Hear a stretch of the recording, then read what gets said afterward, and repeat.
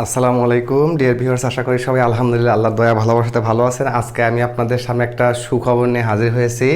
সেটা হচ্ছে এই 18তম আর নিবন্ধন 19তম নিবন্ধনধারীদের যে একটা সুখবরটা, সেটা শোনেন।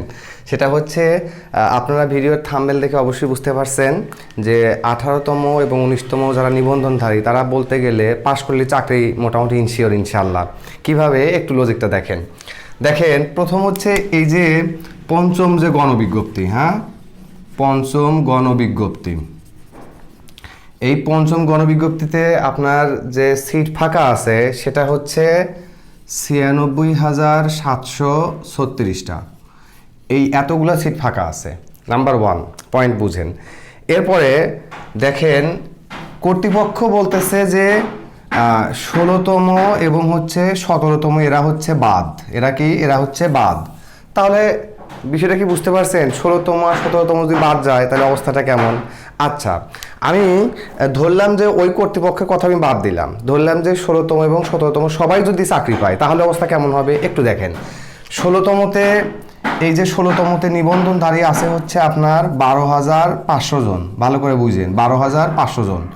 আর 17তমতে যে নিবন্ধনধারী আছে তারা হচ্ছে 23,800 জন, 23,800 জন। এখন তাহলে আমি যদি যোগ দেই তাহলে 16-17 ধরলাম যে এরা সবাই আবেদন করবে এবং সবাই চাকরিও পাবে। দেখেন তাহলে যোগ করলে 0 0 0 8 5 13 3 হাতে আমার 1 4 4 2 6 আর 3 নাকি? তাহলে এই এতজন।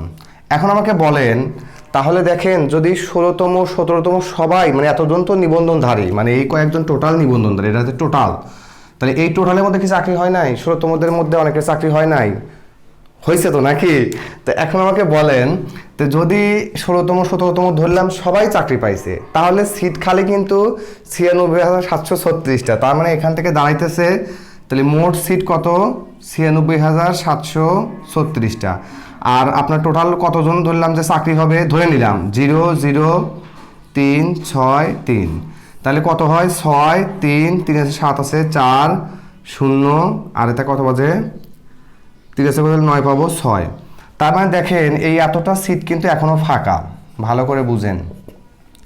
তার মানে যদি 16তম এবং 17তম সবাই যদি চাকরি করে, আসলে সবাই তো এটা তো আসলে ইম্পসিবল ব্যাপার।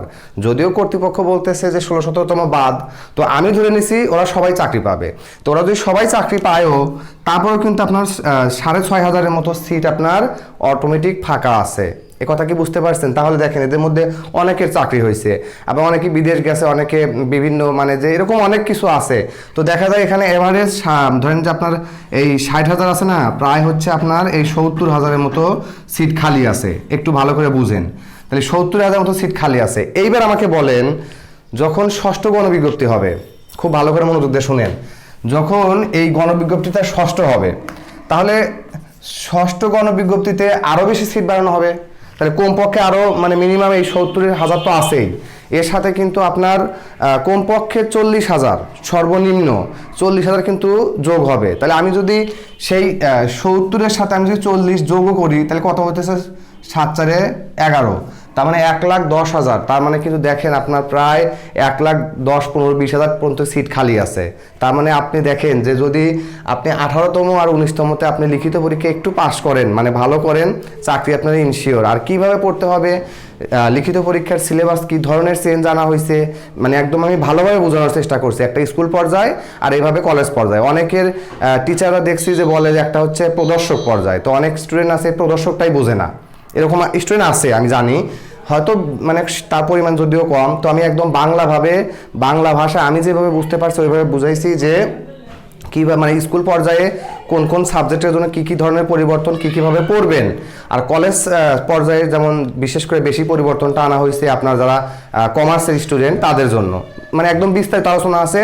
আপনি প্লেলিস্ট থেকে চাইলে মানে যে এই নিবন্ধনের যে সিলেবাস পরিবর্তন এই ভিডিওটা দেখতে পারেন। আমি চেষ্টা করব ভিডিওর ডেসক্রিপশনে সেই ইয়াটা দেওয়ার জন্য, লিঙ্কটা দেওয়ার জন্য। আর অবশ্যই আমি বলতেছি কথাটা যে আপনারা আমার যে 9 তারিখে, বিশেষ করে 9 তারিখে একটা ভিডিও আপলোড হবে।